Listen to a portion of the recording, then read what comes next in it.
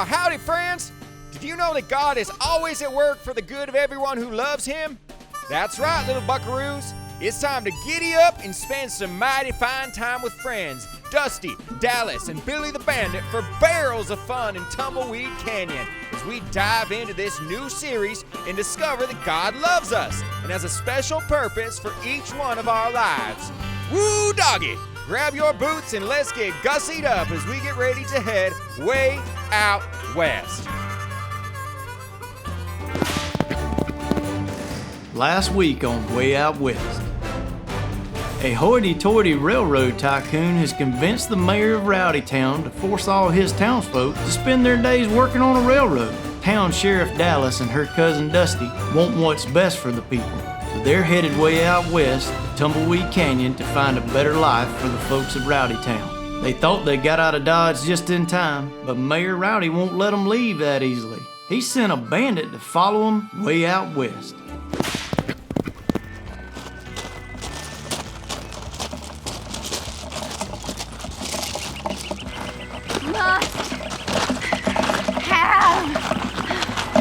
Water. Oh, Dallas, what are you doing? Come on, we gotta keep moving. We are so close to Whistle Creek. Oh, fiddlesticks. It's happening again. Now I'm seeing a nice ripe banana on the trail. Why in tarnations did you have to say that? Now I'm seeing it too. No mirages could be seen by two people.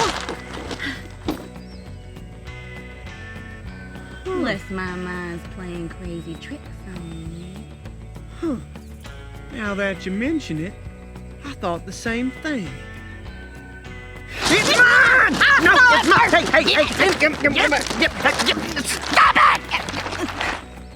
it! Okay, how about we do the fair thing and we split it in half? Okay? Have you ever seen... Okay, thank you. Thank you. Gosh.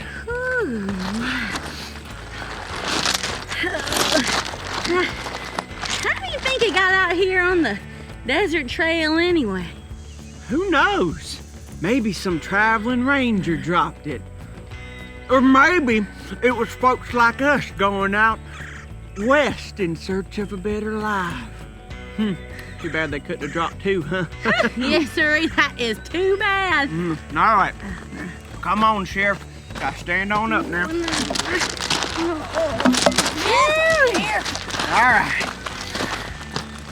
Oh, that's soothing. Dallas, am I seeing a mirage for real this time? Or is that Whistle Creek? Well, that's not a mirage either. We did it. We're almost a Whistle Creek. Woo! Dallas, look at that. What is it? It's an elephant with a teeny tiny little cowboy hat over there with that traveling circus.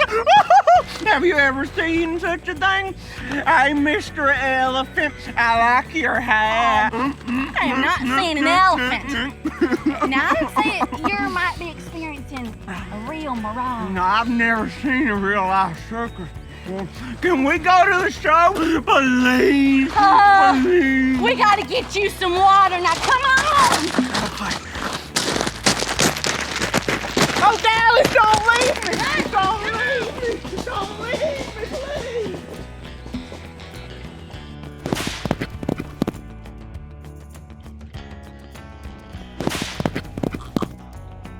Oh, is it just me, or is this the most refreshing water you've ever had in your entire life? It is real good. So, how you feel? I feel great. Never better. But I really wanted to go to the circus. Oh, enough of that. Can you believe we actually made it here? I'll be honest with you. I've never had such a wild night out on the range. I still can't believe those sneaky prairie dogs got away with all our biscuits. I slept with one eye open all night long. I wonder if the folks of Whistle Creek have any interesting news today. Dallas, you ain't gonna believe this, but our pictures are on the front page of the Whistle Creek Times. Oh, hot doggity dog, there we are. And that is a pretty good picture of us. Is that from last year's rodeo? Well, that ain't what's important right now. How do we make it into the paper here in Whistle Creek? Do the folks around these parts even know who we are? Well, looks like the news has gotten out about all the mayhem over in Rowdy Town. This article says that the folks back home are having to work on the railroad just to get water. I think we barely got out of there in time. You betcha. Now, according to this article, the mayor's deputies were chasing 2 townspeople out who were trying to escape until they got swarmed by a bunch of horseflies. It was us! We were the ones they were chasing! And that's why they printed our pictures. We're famous for getting out of town in time. Oh, well, how be? We should just be thanking our lucky stars those horseflies got to those deputies. I know. What are the chances that happened at the exact moment those deputies were about to catch us? You know? I don't think it had a thing to do with luck. I'm pretty sure it was just another example of God looking out for us. Well, you're right, Dusty. I think he's been taking care of us the whole time. Now, does it say anything else? Just that Roo Rowdy has been named interim sheriff for the time being. Wait, what? Roo Rowdy's been given my badge? Well, of course, Mayor Rowdy would put his own son in charge of policing the people. It's the best way for him to control everybody. Shoo-wee. Well, that sure is hard to think about someone else wearing my badge. Hey, why do you think he put Roo in charge instead of his other son, Buck? Who knows? I'll tell you, Buck and Roo Rowdy always seemed like they was up to no good, but especially that Buck. But we can't worry about none of that right now, though. Badge or no badge, you are the rightful sheriff of Rowdy Town. And that's exactly why we've got to make it to Tumbleweed Canyon. Now we got to rest up and get ready to get back on that trail real soon. All right. Whew.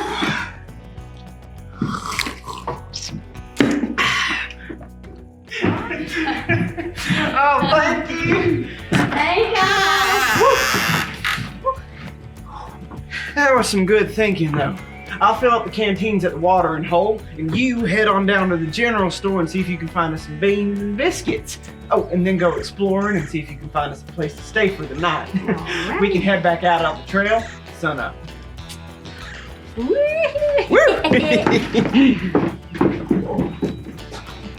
Word is spreading throughout the Wild West about all of the shenanigans happening in Rowdy Town. I sure do hope Dusty and Dallas can make it to Tumbleweed Canyon in time to save the fine folks of Rowdy Town. Before we find out what happens next, giddy on up for one of our favorite songs from the Wild West.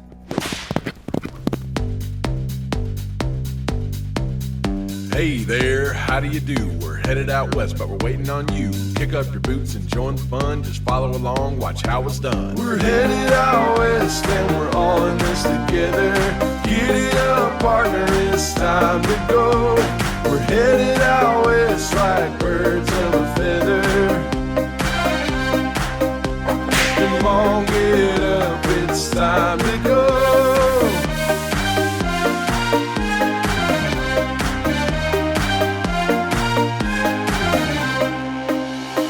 Do-si-do and howdy hi, saddle up, it's time to ride. Get on your feet, lickety-split, stomp your boots and just don't quit. We're headed out west and we're all in this together. Giddy up, partner, it's time to go. We're headed out west like birds of a feather. Come on, get up, it's time to go.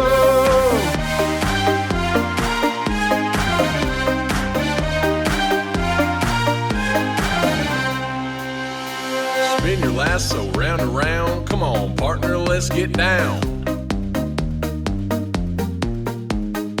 Nowhere else we'd rather be. Come on and holler, repeat after me. Yee-haw! Yee-haw! Yee-haw! Yee-haw! Yee-haw! Yee-haw! Yee-haw! Yee-haw! We're headed out west and we're all in this together. Giddy up, partner, it's time to go. We're headed out west like birds of a feather. Come on, get up, it's time to go. We're headed out west and we're all in this together. Giddy up, partner, it's time to go. We're headed out west like birds of a feather.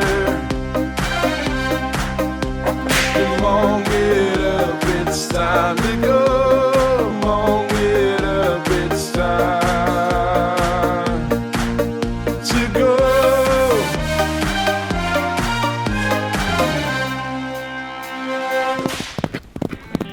Howdy, how to. Howdy. If you want eggs, you gotta learn how to catch a chicken.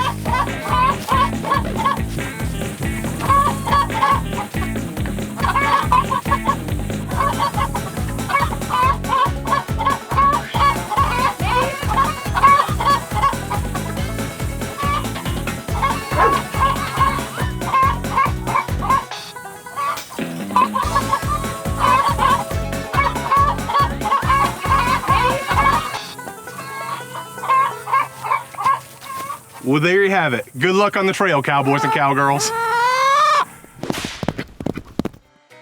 God's people, the Israelites, were living in Egypt as slaves. Sun up to sundown, the mean old Pharaoh put them to work each and every day. Even though they were downright miserable, God never left them. He knew they needed help and sent Moses and Aaron to lead them to the Promised Land. Moses and Aaron listened to God and went to Pharaoh to tell him that it was time to let God's people go. Pharaoh didn't care. He liked having slaves around doing all the work for him, so he refused to hear what they had to say. Moses didn't know what to do, so he prayed and asked for help. God reminded Moses that he would never leave him and that he would save his people. God told Moses and Aaron to go talk to Pharaoh again. So that's exactly what they did. They said, "Let God's people go." But Pharaoh's answer was still the same, a big N-O. God told Moses and Aaron that Pharaoh would ask them to perform a miracle. So Aaron took his walking stick, threw it down on the ground, and it turned into a mean old snake. That didn't bother Pharaoh none. He still refused to obey God's command to let his people go. It was time for some drastic measures. Moses then met Pharaoh at the Nile River and asked him one more time to let God's people go. But wouldn't you know it, he still didn't listen. So God told Moses that Aaron should use the walking stick to strike the river. And when he did, it turned right into blood. You'd think that would be enough to convince Pharaoh, but no sirree. That Pharaoh stayed stubborn and refused to let God's people go. God had Moses try to convince Pharaoh 9 more times. To prove that he was for his people, God brought punishment on Pharaoh and the Egyptians, and boy, they sure did suffer. Picture this. God sent thousands of frogs, hippity-hopping all over town, the whole place smelling worse than an old boot. Then, swarms of gnats and flies buzzing around everyone's head. It didn't get better from there either. I'm talking animals dying left and right, boils all over their skin, hail falling from the sky, locusts flying all around, darkness for days, and by golly, even death. Now, the whole time this was happening, the Israelites were just waiting and wondering when they would be set free. They knew that God hadn't left them, and that one fine day they would see the Promised Land. After all this crazy mess, Pharaoh had finally had enough, and he let God's people go. As they were heading out of town, God sent a cloud to lead them by day and a fire to lead them by night. God had never left them while they were in Egypt, and he would never leave them on their long journey to the Promised Land. God never leaves me.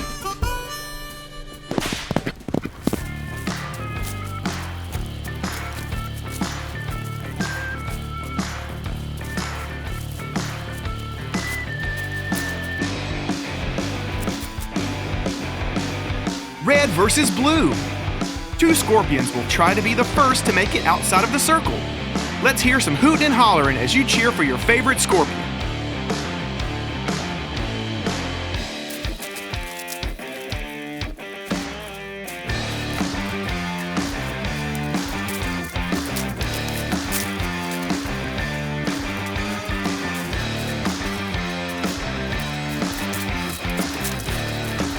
Red Scorpion wins! Way to go! Now get on your feet. It's time to sing.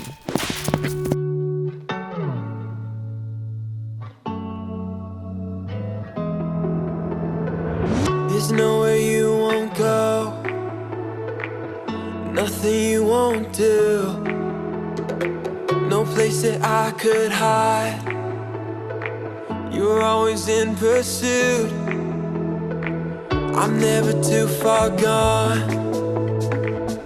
always in your side. When I wait for you, you're always right on time. You're always pursuing, always pursuing, always pursuing me. More than the air I breathe, I need you here with me. And you're never gonna stop, never gonna stop. And you're never gonna stop, never gonna stop chasing me.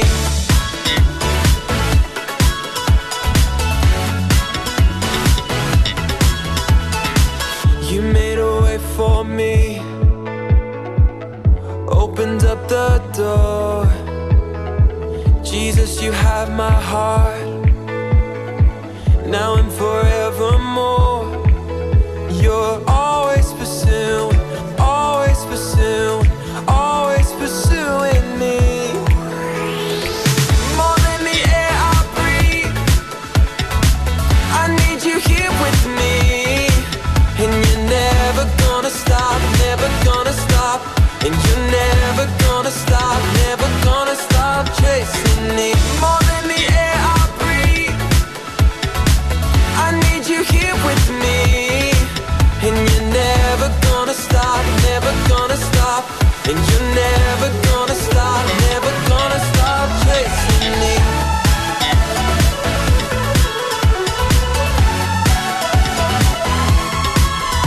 You're always pursuing, always pursuing, always pursuing me.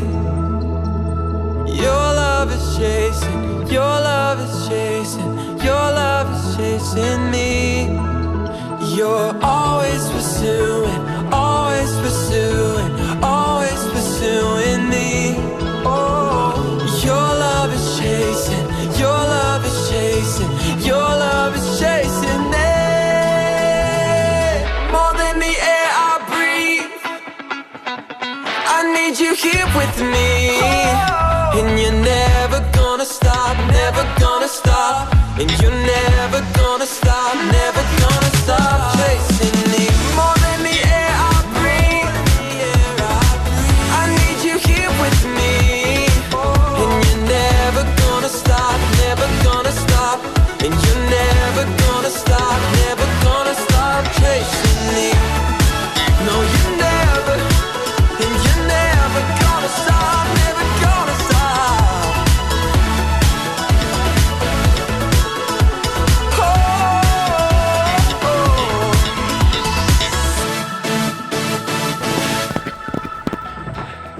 All right, I got us some beans and I got us some biscuits for the next few nights out on the trail. Did you get us plenty of water? Sure did. And I gotta tell you, I met the nicest folks here in Whistle Creek. I even met one of them news reporters for the Whistle Creek Times, and she told me a Bible story about Moses and the plagues. Shoo-wee! That's a real humdinger. Yes, sirree, I have heard that one before. Well, I had never heard that part of Moses' story before. Well, I know things in Egypt were buck wild with all those plagues that God sent to help Moses and his people escape from Egypt. Well, it's kind of like what happened to us when we were trying to get out of Rowdy Town and the horseflies swarmed all around Mayor Rowdy and the deputies who were chasing us. God really does keep proving over and over again that He is with us and that He is never gonna leave us. I know it took a lot of convincing to actually get me to head way out west to Tumbleweed Canyon with you, but I sure am glad we're doing this. Well, being out on the trail may not be easy, but we can always remember that God's never gonna leave us. I sure am glad I heard that story today. I know we're gonna need to remember it a lot over the next few weeks.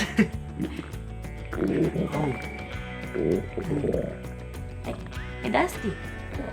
Y'all right over there? I am starving. I need to get something to eat. And the folks around here keep talking about some famous frog leg stew. Oh, bleh. There was an article about it in the Whistle Creek Times. It won the blue ribbon at the town cook-off. I bet it's just as good as Miss Nellie's famous chili in Rowdy Town. I think I'm just gonna stick with some steak and pintos. Yeah, suit yourself. Oh yeah, did you find a place for us to stay? Oh, I sure did. They had a vacancy at the Best Western. It's the most luxurious accommodation this side of the Mississippi. And it's right down the street by the town square. Oh, and speaking of Whistle Creek's annual Do-Si-Do Hoedown tonight, right there near our hotel. I don't know. Square dancing's not really my thing. Oh, gosh. I can teach you. It's real simple. You just gotta do a bunch of crisscross steps, throwing in some do-si-dos, and you're good to go. Anytime I ever tried it, I always looked like my boots were covered in molasses. My feet always get stuck. All you need is a little practice. Now, watch me. Well,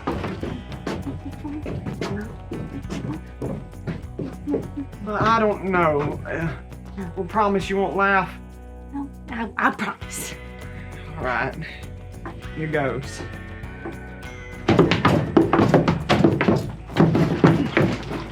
You see?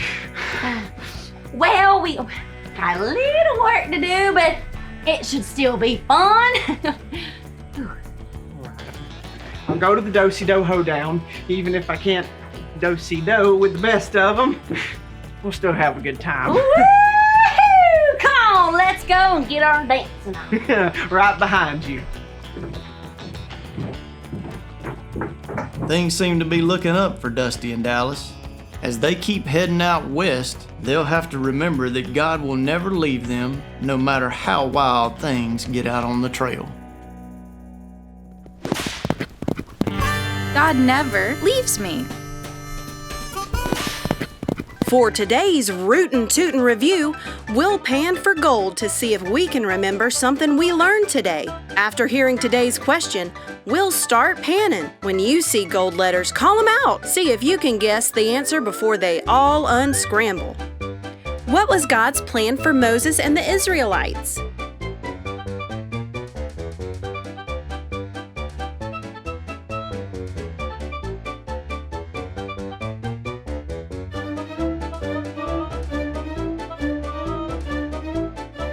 To set them free. God had a plan to free his people from Pharaoh, and even though it took a while for Pharaoh to let them go, the Israelites could trust that God had a plan and would never leave them. Seeing all the shenanigans happening out in the Wild West was so much fun today. Before y'all mosey on back to where you came from, let's bow our heads, close our eyes, and pray together. Hey God, thank you for always being with us. We know that no matter what is going on in our lives, you have a good purpose for each one of us. Please help us to always remember that you will never ever leave us. We love you. Amen.